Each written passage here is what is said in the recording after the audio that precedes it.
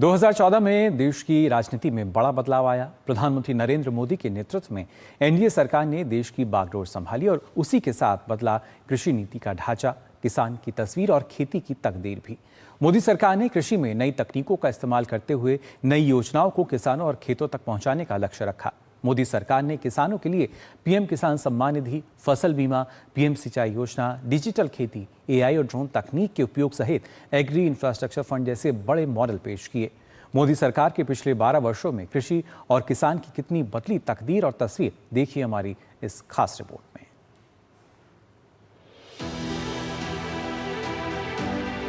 किसान कल्याण के प्रति प्रतिबद्ध मोदी सरकार ने वर्ष 2019 में छोटे और सीमांत किसानों के लिए एक बड़ा और दूरदर्शी फैसला लिया और वो था पीएम किसान सम्मान निधि योजना। इस योजना में किसानों को सालाना 6,000 रुपए की आर्थिक सहायता सीधे किसानों के बैंक खातों में भेजे जाने लगी। अब तक करीब 11 करोड़ से ज्यादा किसान इस योजना में पंजीकृत हो चुके हैं। 3 लाख करोड़ रुपए से ज्यादा डीबीटी के जरिए किसानों के खातों में ट्रांसफर किए जा चुके हैं। 2025-26 के बजट में अकेले पीएम किसान के लिए लगभग 63,500 करोड़ रुपए का प्रावधान रखा गया। यह दुनिया की सबसे बड़ी डीबीटी यानी डायरेक्ट बेनिफिट ट्रांसफर योजनाओं में से एक है। इस योजना के चलते किसान साहूकारों के कर्ज के बोझ से मुक्त हुआ। किसानों को आंधी, बारिश, तूफान, ओलावृष्टि जैसी प्राकृतिक आपदाओं से होने वाले नुकसान से राहत देने के लिए 13 जनवरी 2016 को प्रधानमंत्री फसल बीमा योजना को मोदी सरकार ने शुरू किया। इसका उद्देश्य प्राकृतिक आपदा, बाढ़, सूखा, ओलावृष्टि और फसल नुकसान की स्थिति में किसानों को आर्थिक सुरक्षा देना था। अभी तक करीब 11 करोड़ से अधिक किसानों को 1.93 लाख करोड़ का क्लेम भुगतान किया जा चुका है। हमारा कृषि क्षेत्र 14-15 के बाद 4.45% हर वर्ष उसकी ग्रोथ आई है, जो कि एक ऐतिहासिक ग्रोथ है, अनप्रेसिडेंटेड है। उससे पहले 14-15 से पहले कभी भी किसी 10 वर्ष में इतनी ज़्यादा ग्रोथ रेट एग्रीकल्चर सेक्टर में नहीं दर्ज की गई। वर्ष 2015-16 में हर खेत को पानी और पर ड्रॉप मोर क्रॉप के लक्ष्य के साथ प्रधानमंत्री कृषि सिंचाई योजना शुरू की थी। इसका उद्देश्य किसानों तक सिंचाई पहुंचाना, पानी की बचत करना और आधुनिक माइक्रो इरिगेशन तकनीक को बढ़ावा देना था। इस योजना के तहत ड्रिप और स्प्रिंकलर जैसी माइक्रो इरिगेशन तकनीकों को बढ़ावा मिल रहा है। सूखा प्रभावित क्षेत्रों में सिंचाई परियोजना को प्राथमिकता दी गई।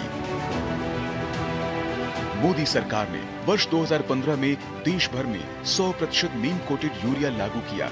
इसका उद्देश्य किसानों को पर्याप्त यूरिया उपलब्ध कराना, कालाबाजारी रोकना और खेती में यूरिया की दक्षता बढ़ाना था।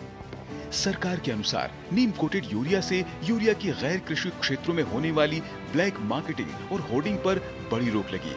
इससे किसानों को समय पर यूरिया मिलने लगा और मिट्टी की गुणवत्ता में भी सुधार हुआ।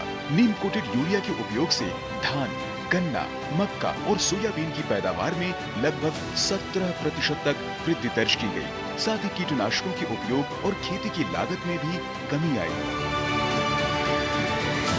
दूसरी ओर प्राकृतिक खेती को बढ़ावा देने के लिए केंद्र सरकार ने national mission on natural farming की शुरुआत वर्ष 2022-23 में पायलट और मिशन मोड में की, जिसे बाद में विस्तार दिया गया। इस मिशन के तहत रसायन मुक्त खेती को बढ़ावा देने के लिए किसानों को प्रशिक्षण, मॉडल फार्म और वित्तीय सहायता दी जा रही है। सरकार ने इस मिशन के लिए करीब 2500 करोड़ रुपए से अधिक का बजट निर्धारित किया है, ताकि प्राकृतिक खेती को देश भर में बढ़ाया जा सके। देश के कई राज्यों में इसके बेहतर परिणाम सामने आ रहे हैं।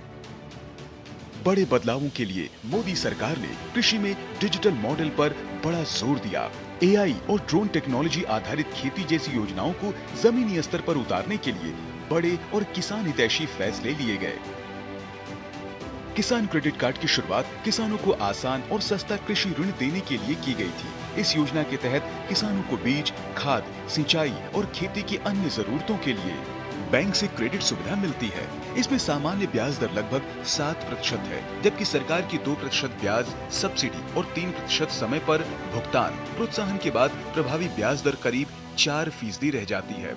ये सुविधा जमीन मालिक किसानों के साथ साथ बटाईदार, किराएदार किसान, डेयरी, मछली पालन और अन्य कृषि से जुड़े किसानों को भी मिलती है। भूतपूर्व उपलब्धियां एग्रीकल्चर सेक्टर में रही हैं और उनसे आगे के लिए भी आशा इस सेक्टर से और ज़्यादा बनी। देश के कृषि और किसानों के लिए बड़ी योजनाओं के साथ ही मोदी सरकार ने पिछले 12 वर्षों में एमएसपी 1.5 गुना या कुछ फसलों पर उससे भी अधिक तक बढ़ाकर किसानों के उत्पादन की सरकारी खरीद की।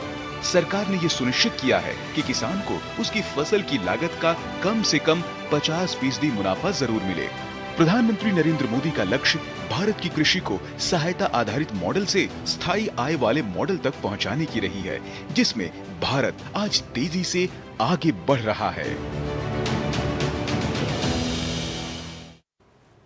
तो देखा आपने पिछले 12 वर्षों में किस तरीके से भारत जो है लगातार आगे बढ़ रहा है और विकसित भारत की तरफ कदम बढ़ाता हुआ नजर आता है। तो फिलहाल के लिए आज न्यूज़ नाइट में बस इतना ही, लेकिन देश और दुनिया की तमाम खबरों के लिए आप देखते रहिए डीडी न्यूज़। मुझे दीजिए अनुमति। नमस्कार।